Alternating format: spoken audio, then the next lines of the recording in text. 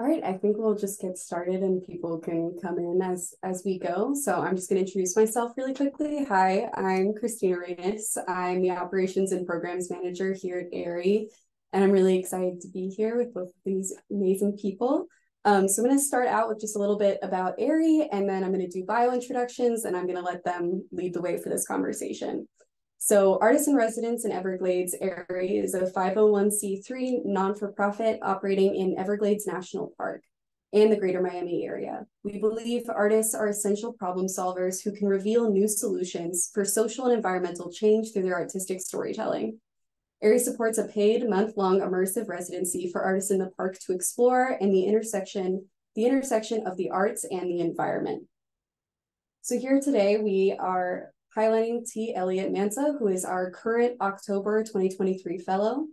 T. Elliott Mansa lives and works in Miami, Florida. Mansa received a BFA from the University of Florida and an MFA from CUNY Hunter College. Recent exhibition venues include African American Museum of the Arts in DeLand, Florida, Miami Museum of Contemporary Art of the African Diaspora. Mansa has received the 2019 Creator Award from Oolite Arts, a Green Space Initiative grant, a Young Arts Emergency Micro Grant, and a Miami Independent Artist Grant. He attended like Art Beach and Art Piece in San Antonio. His work is in the permanent collection of African American Museum of Arts in DeLand, Florida. Doing the moderating the conversation today and interviewing is Melissa Hunter Davis. Melissa Hunter Davis is a creative entrepreneur and the mastermind behind Sugarcane Magazine. Sugarcane Magazine is an online journal about art of Africa and the African diaspora. She has affinity for African arts, African culture, African performers, and African literature. Follow her at Sugarcane Mag, all lower caps, no spaces. So excited for everyone who is here. I'm going to turn off my camera and let them take the lead on the conversation. And we're so happy to be here and facilitate this conversation. All right. Thank you.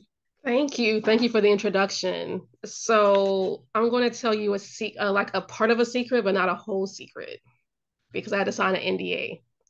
But your work has been in front of me all summer. So it was very nice that you called me. I was like, well, look who popped up. I've looked at your work all summer, but I can't tell you what it is until 2024. Okay. So, but just know that I've been looking at you for a while. Okay. So first of all, T. Elliott, thank you so much for thinking of me to be a part of this program. I've been familiar with ARI for a long time, so it's a real pleasure to be here. And of course, as always, to be in conversation with you. Thank you. I'm glad you were able to work I appreciate with us. So when you called me, I asked, what were you doing? You know, what was this work that you were doing here at ARI? And you told me about your research, and I thought it was really fascinating. When I was a kid, I remember that whenever girls had to explain like why they had, you know, certain features or certain hair, the first thing out their mouth was, oh, my grandmama Indian, right? So talking about, you know, your Native American ancestry, whether it was actual Native American ancestry or not, was like always this constant conversation in Black communities. And it was always there. So when you called me and told me about your research, I was like, wow, I feel like that's something that as African Americans, we talk about so much because we feel such an affinity when we talk about the Native American communities, indigenous communities from all over the United States. So tell me about this research and how you got started. What brought you to doing research on the Black Seminoles? Well, I really was thinking a lot about the terrain, about the land, and not just in Florida, but you know, throughout the Caribbean, different islands, the land has always been a place where maroon communities were able to exist in, you know, like these areas that are kind of on the outskirts of these more settled populations. So, you know, I really was thinking about the way that the land becomes almost like a co-conspirator, right? Where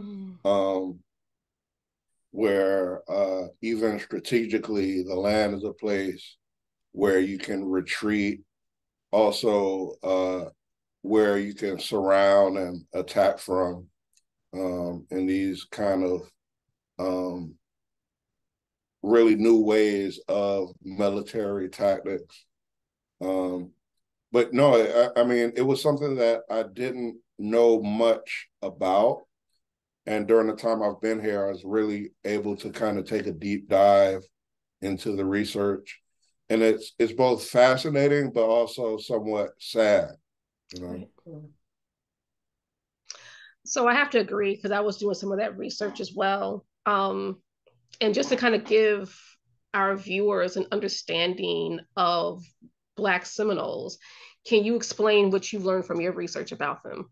Who exactly are the Black Seminoles?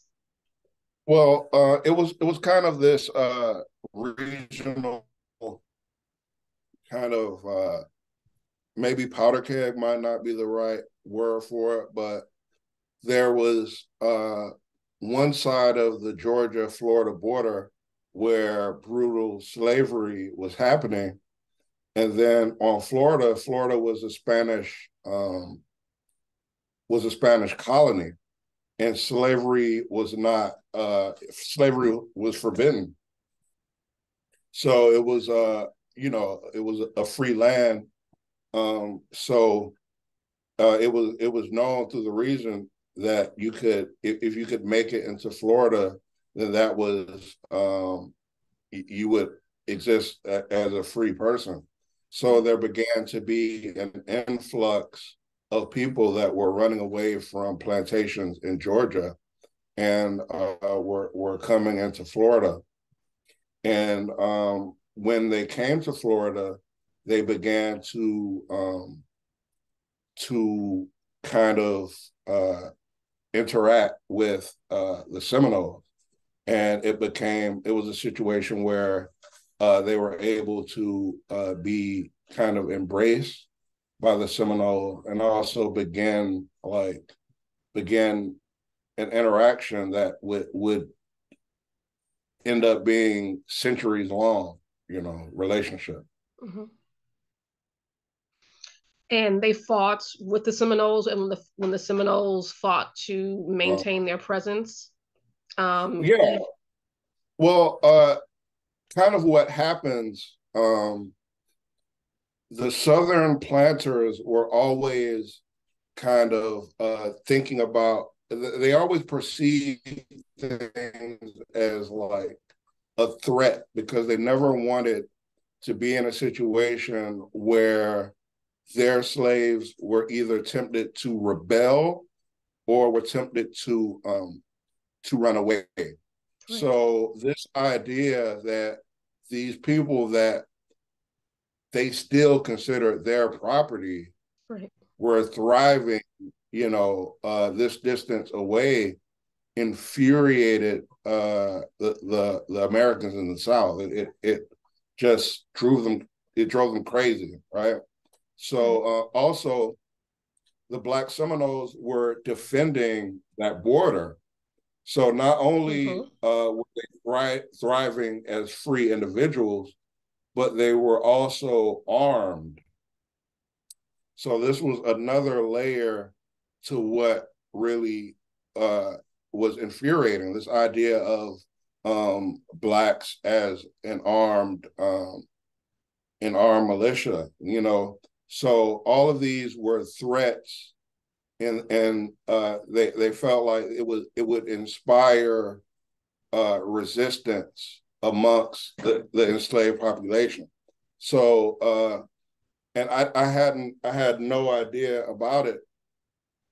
So for one, the word Seminole, some translate it to runaway. Okay. And so as they were defending the border in cooperation with Spain, there ended up being 3 wars, So we know that that the Civil War was fought over slavery, but we didn't we weren't really taught that the Seminole Wars were three wars that in to a certain degree were also fought over slavery, because they wanted land, they wanted to invade to get land and to remove the Seminoles, right? They wanted to have they wanted to have the Seminoles removed to what's called Indian Territory or Oklahoma, and that was a part of, you know, the huge Trail of Tears. Mm-hmm. Also, they also wanted to have the Black community that was in Florida, have them brought back, and that was something that that was a constant thing, right? Of people wanting to find the Black Seminoles and bring them back to re-enslave them. And sometimes that, like after, when they were in Indian territory, the Seminoles ended up being under the domain of the Creek. So the Creek they didn't have the same understanding of the relationship with the Black Seminoles. They believed in a slavery that was akin to the Southern plantation system.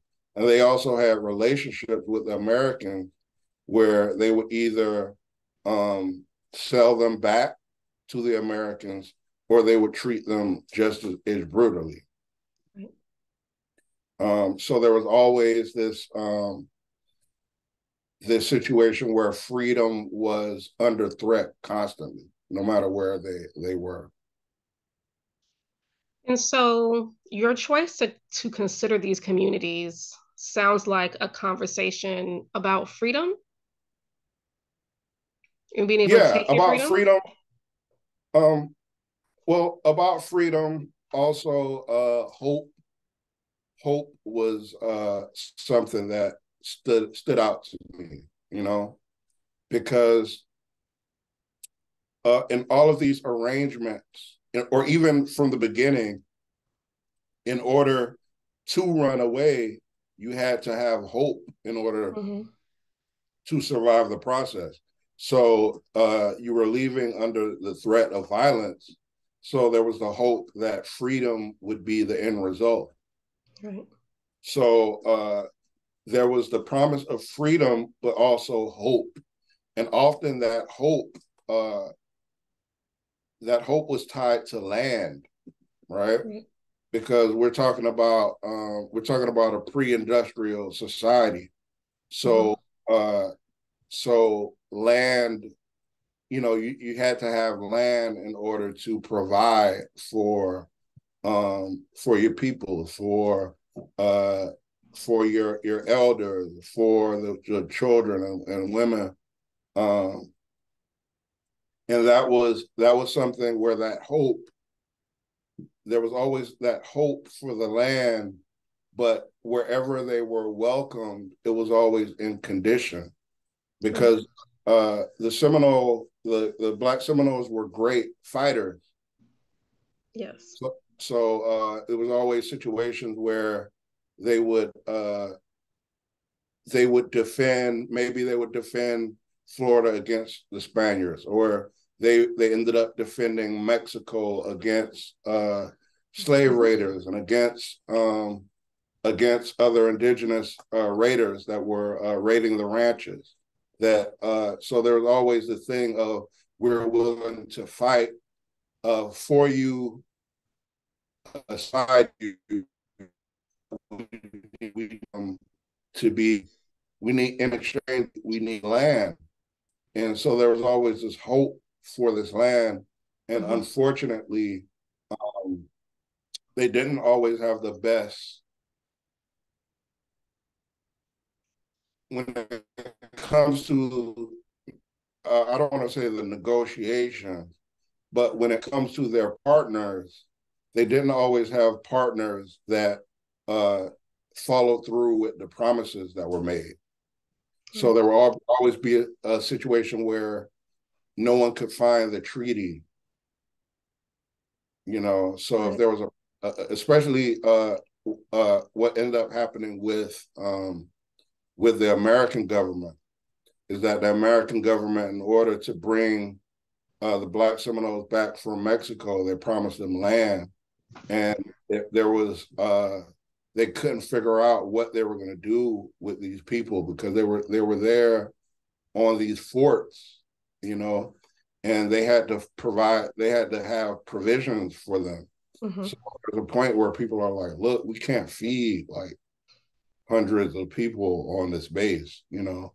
So it was always like, are we going to send them to Oklahoma? What are we going to do?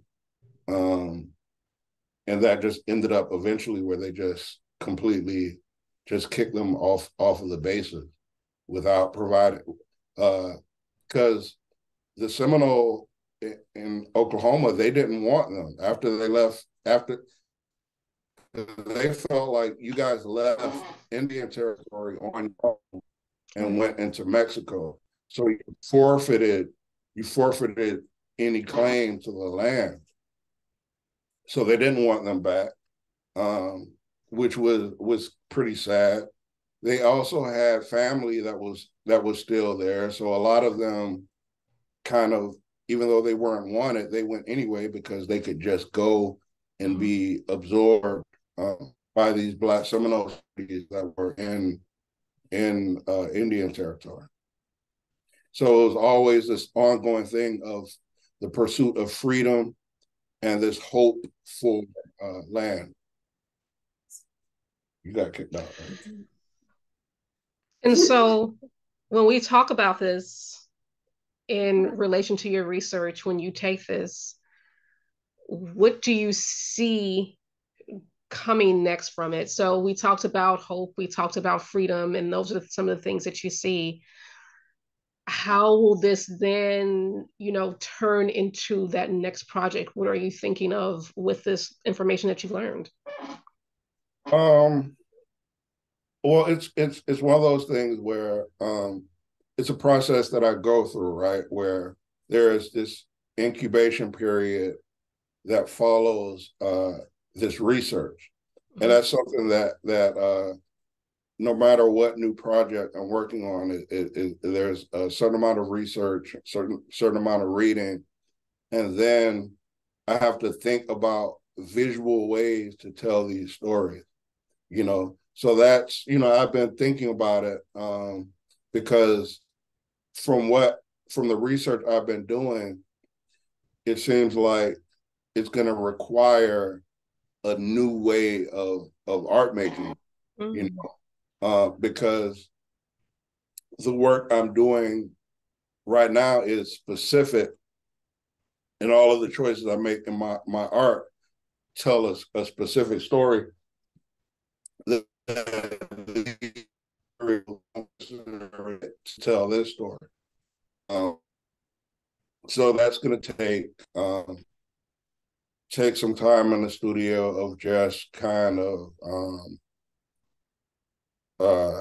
experimenting. So I'm beginning to kind of see in my head some of the things that I want to do, but I think it's going to be it's going to take time. What does an incubation period look like for you? Is that when you just take time to think? Do you start to kind of play with materials? It's about translating, right?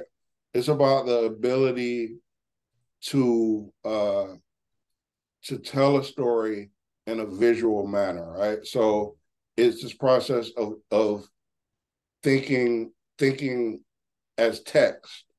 So information that exists as text and translating that information into a visual format. And hopefully it will be something where a person looks at the artwork and can begin to get an understanding of the story without being explained. And that part is difficult, and sometimes it's not immediate, because sometimes I start a body of work, and then that first round of making sometimes gets dismissed because it's like it becomes like a rough draft. It becomes something that um, isn't always developed enough to my standard. Um, so that can be it can be intimidating. If you talk to a lot of if you talk to a lot of artists, they don't. A lot of artists don't like writing about their work because even if you start a project based on reading, the work becomes like making it into a visual, like translating it into a visual language. So when you have to translate it back into writing, then it becomes like hard work, or not even always writing, just sometimes even talking about it, because it's so you find when you find that visual language, it's so kind of it's a simplified thing, Right. right? So I'm going to be working on it, but I know it's not going to look like anything I'm working on now. Gotcha. And let's talk a little bit more about that. So you have your process that you'll be going through to kind of get you through to the final project. When you start thinking about even some of your past work, does this research, does it also inform the type of materials that you move to, or does that come after the incubation period? Do you think about the materials before you get to that point? Do you see something and go like, I want to work with this, but I don't know how I want to move forward with it? Do you start to look for different things that inspire you? How does that work? It, some of it depends on what direction I want to go, right? Because you've been familiar with my work for a long time, so you remember the paintings and also are Yes. aware of the more three-dimensional work. So I Mm-hmm. think when you start thinking about, especially with the work I do as far as assemblage, I'm not necessarily make like a. I'm not like carving wood or something. Like I'm using a lot of materials, so I have to figure out like what materials I'm going to use that tell a story within those materials, right? So I think in this case, especially because I'm in an environment where you literally can't take I can't take anything from here, right? Okay. So when it comes to materials, um, uh, would it be it would almost be an imitation of what exists here. So I'm kind of thinking of um, I'm trying to think of land Okay. and think of uh, forced migration and what that looks like. So like what's the visual way of talking about traveling across distances. Um, so there's forced migration, and then there's a different migration. So there's the migration into Florida. There's the migration into Mexico, and then the migration out of Mexico into Texas. So there's the Trail of Tears, but there's also this other side of that migration Mm-hmm. that is moving towards promise and moving towards hope. So that's something I'm trying to think about. Like how do I think about expansiveness of a terrain, but also like find something to cross that terrain and like have like different representations for um like the struggles of that, because even going into when they left in the Indian Territory and went into Mexico, even though it was intentful and it wasn't forced, it was very difficult. Okay. It was very difficult, and the terrain, the Texas terrain is tough.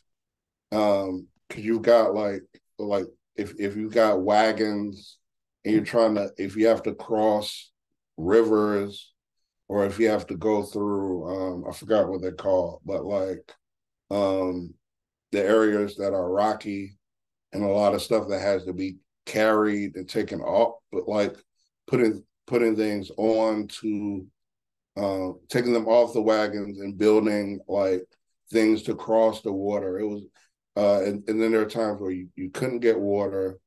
Hunting uh could be tricky. So it was difficult, you know. So how do you that's what I'm thinking about now. Not so much about materials. I'm just thinking about like compositionally, like crossing space. So I don't know if that means a picture plane that is full of kind of emptiness that maybe has lines. Um, so yeah, that's something I've been thinking about. And also you have to think that like even going into Africa, uh, from Africa also to like the Great Migration, there's always been like tales of migration, right? So like a lot of African people that Black Americans are descended from are like cattle herder, you know, like Right. so they're nomadic. Right. So that's a lot. The history entails a lot of migration. So I've always kind of in the back of my head been thinking about like what does migration look like maybe on a canvas, you know, Right. like what does it look like to cross the canvas, you know, if the canvas was a land or if it was a map, you know. Right. Um, I love all those ideas. So you're at Erie, which gives you an opportunity to, quiet your thinking and explore the actual Everglades with all of the lovely flora and fauna and other critters that live out in the Everglades. I'm not gonna lie, I'm super scared. Oh my God. I've only done the airboat rides, yeah. like as a teenager. So, but tell our audience about your time at Erie and the time that you're having and all the things that you're getting a chance to explore as you move into this artistic practice. Well, let's say your average weekend, right? Like you got to grocery shopping, you know, you excuse me, you might to get fast food. Am I breaking up? Yeah, you're breaking up. All right. How about now? You're good. Yeah, you're good. You can try now. So so yeah, you might have to go run, get fast food, get Uber Eats, you know. So you're doing all these things, right? So even when you're like, oh, I'm having off time, you're still moving. And I think when you're like where I'm at now, when I'm here, I'm here. There's no like running to the convenience store, like I'm here. So so that it's a different kind of like being able to leave everything outside and just kind of have that time with my thoughts, and sit kind of it's a different, I don't know if relaxation is the word, but like being able to turn these parts of your brain off, you know, and just tap into a creative zone and to have the time to read and to research. Um, and that's been like one of my favorite things. Like having that time to uh like leave all the stressors and leave the worries, even my stress load. I felt like this month, you know, I'm not bringing work stress. I'm not bringing that anxiety. And also feel like when you're out in nature, I think it almost feels like physically the body reacts to that.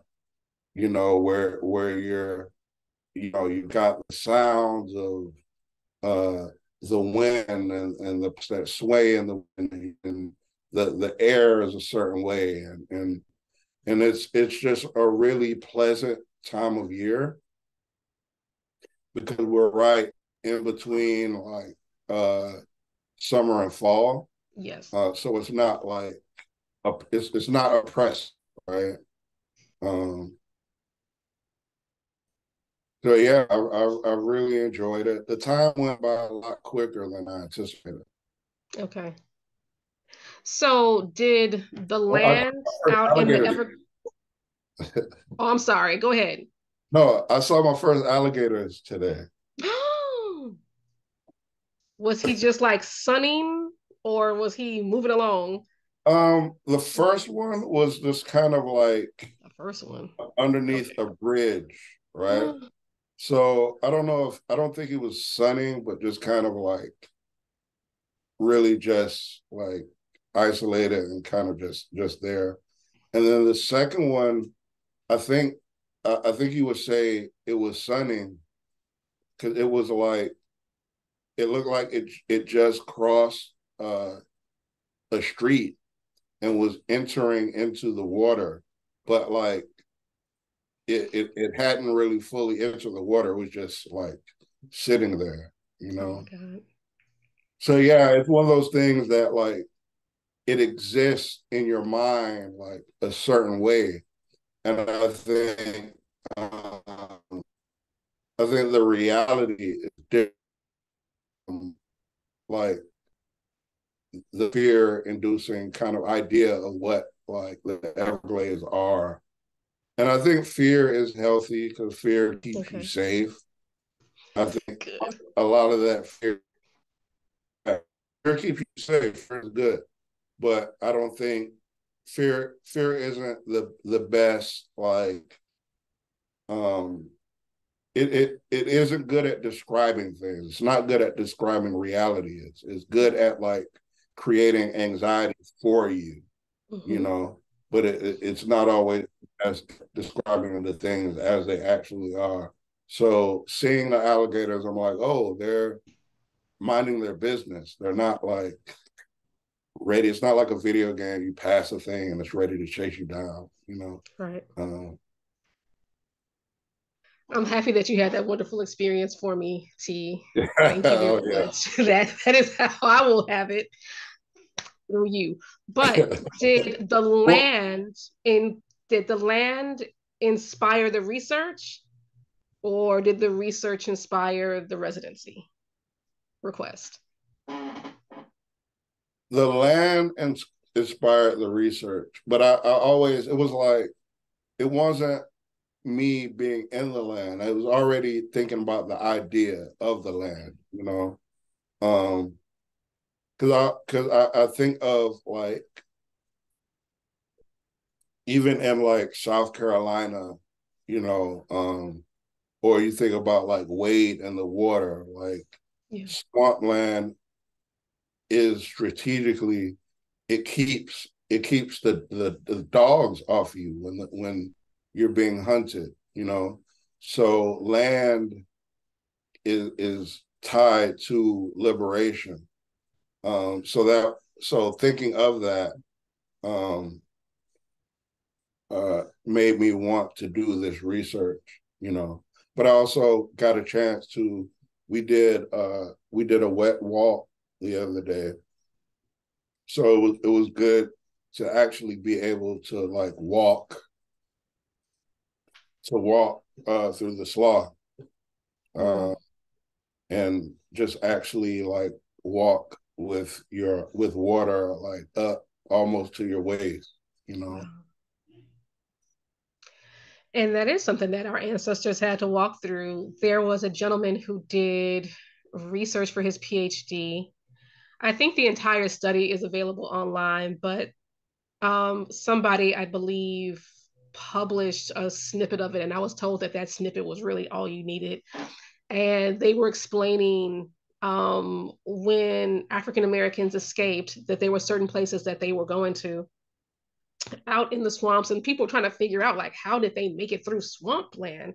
And what they found was that within these swamps would be these like small dry islands, so they could eventually get to a place where they could find some respite and hide. They had these really extensive systems of hiding in trees, and I think they did some excavations and were able to find like little things like containers and jars and refuse that they left behind. Mhm.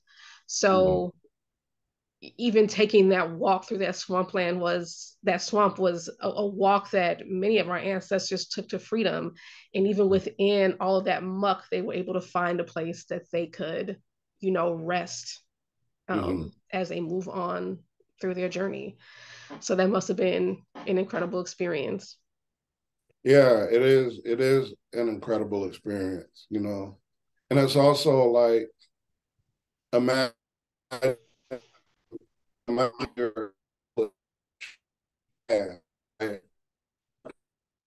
T, you're breaking up land, again. Can you repeat So, that again? You're breaking up again.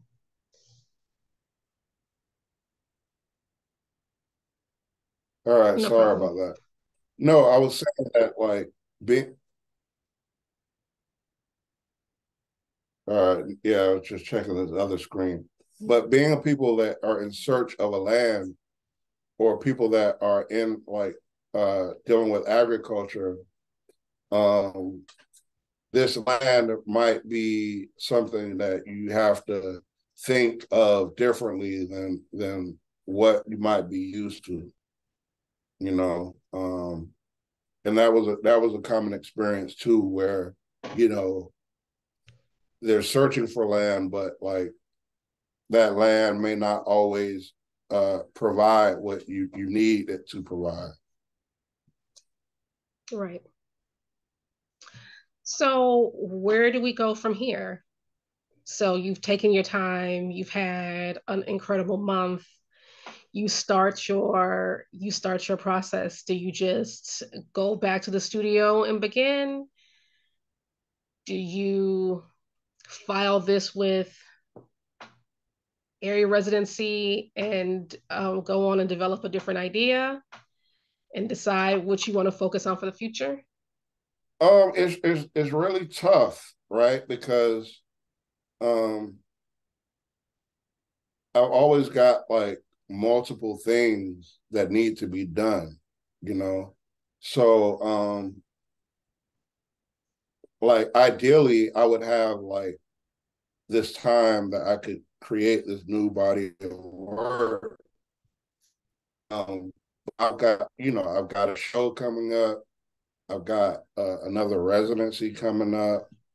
Um so I'm gonna have to kind of like pick and choose and navigate like spend my time amongst these different things that are kind of pulling and that's separate from work, right? Like I got to work like everybody else.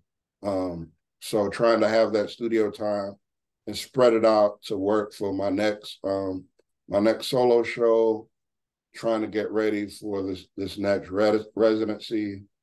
um, and that also might be a place where I get to work on work based like that started with this residency because I'll have that time there. But I never really want to go into a residency like pre with a pre-programmed like idea of exactly what I want to do. But that might be time where I'm not kind of locked down with other things. Um, but yeah, ideally, I would want to like start. I definitely think that there's some reading that I started here because there's a few books. I sent you some of the list, but there are a couple of books that I was reading, and I finished some, didn't finish others. So I do want to continue reading. But yeah, it's about making it work and kind of almost juggling different tasks, different bodies of work. But it's something that I will get done. I'm committed to following through with it. Can you tell our audience about some of the books that you're reading? Well, out of the ones that you have, let me just say this. Out of the ones that you brought with you that you finished, which one do you think that they should read as well? All right, so hold on, let me pull that up.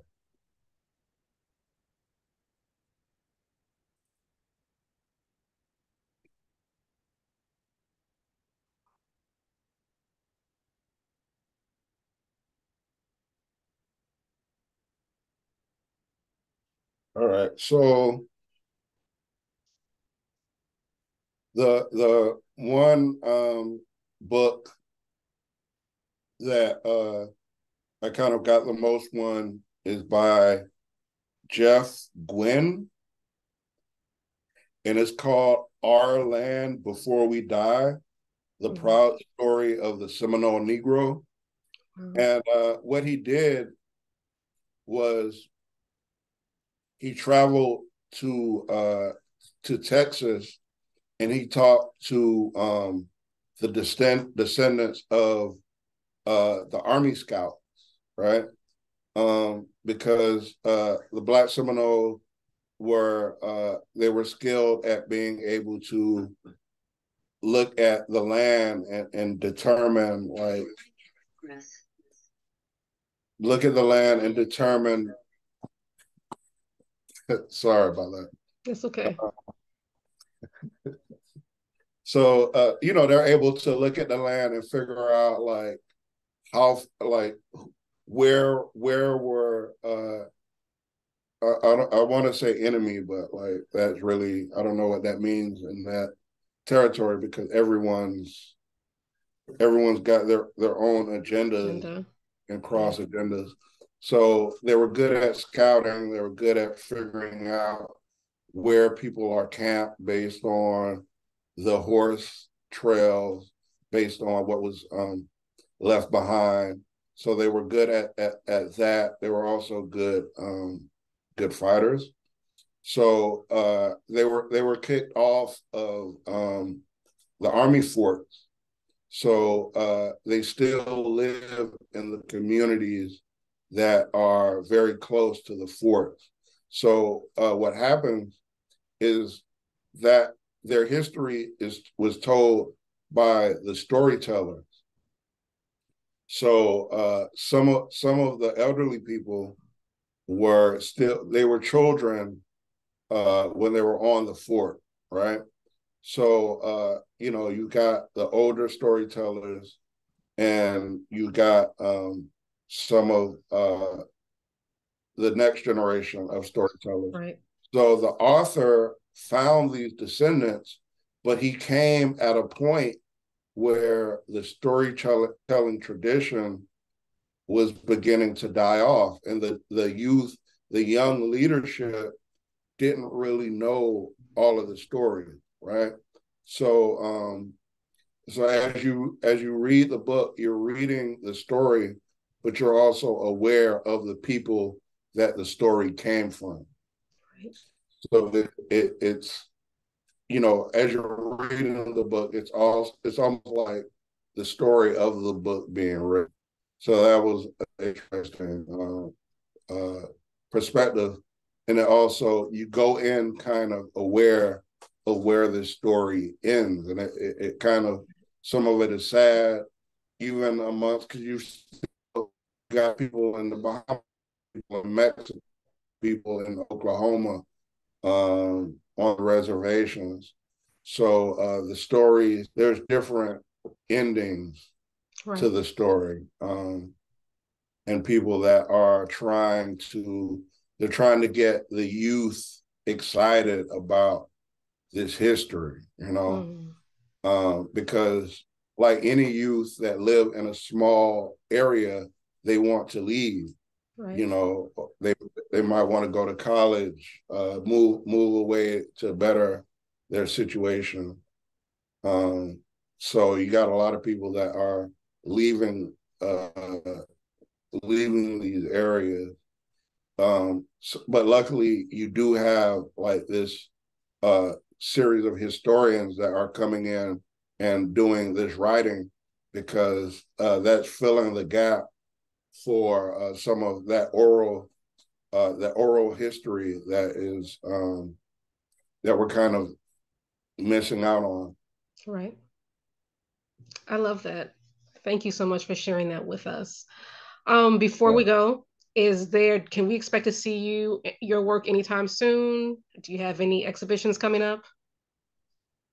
Um, I've got a solo show coming up. It feels close to me, but it might not be as close to you all.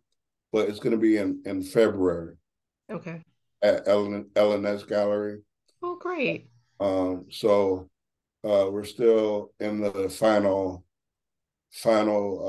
laps of that process. But I'm excited for you all to see that.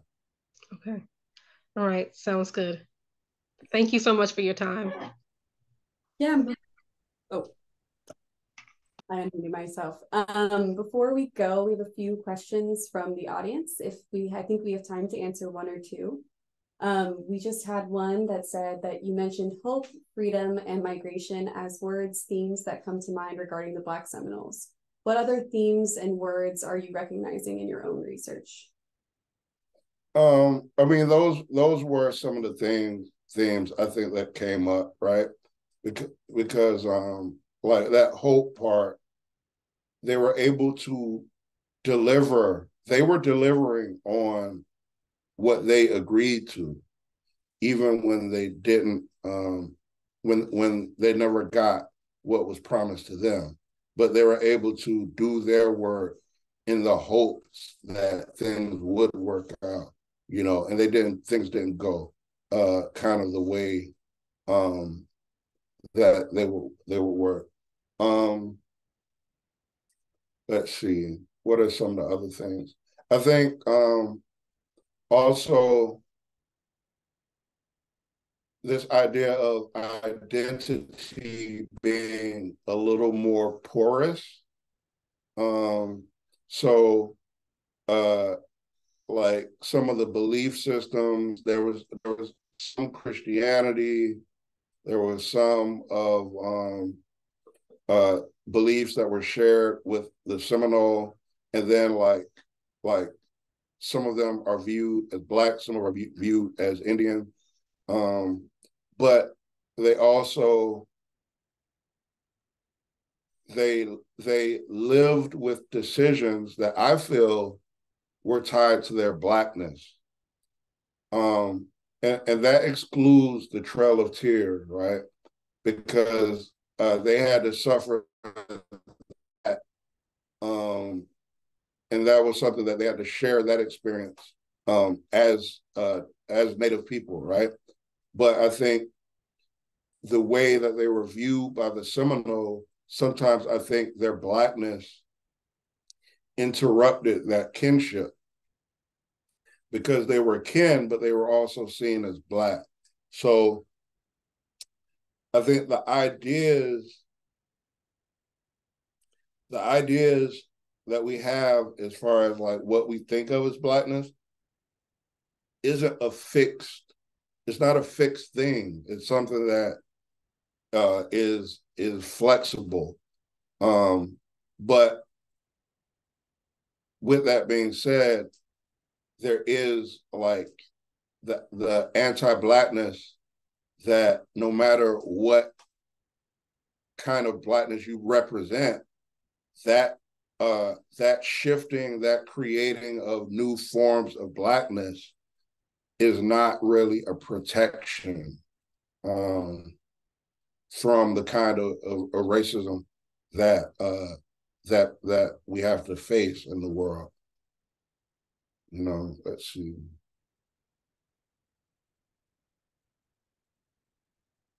I think we have time for one more question. Sure. Is there one you prefer out of the two, or should I just go ahead and pick one? You can pick one. I'm interested to hear this out. Who are some artists that influence your work and your practice? Let's see. Uh, Nari Ward. Now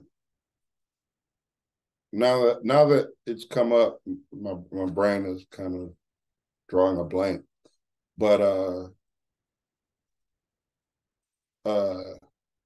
Nari Ward, David Hammonds. Let's see. There's a group in Haiti called Artistes Resistance, and they make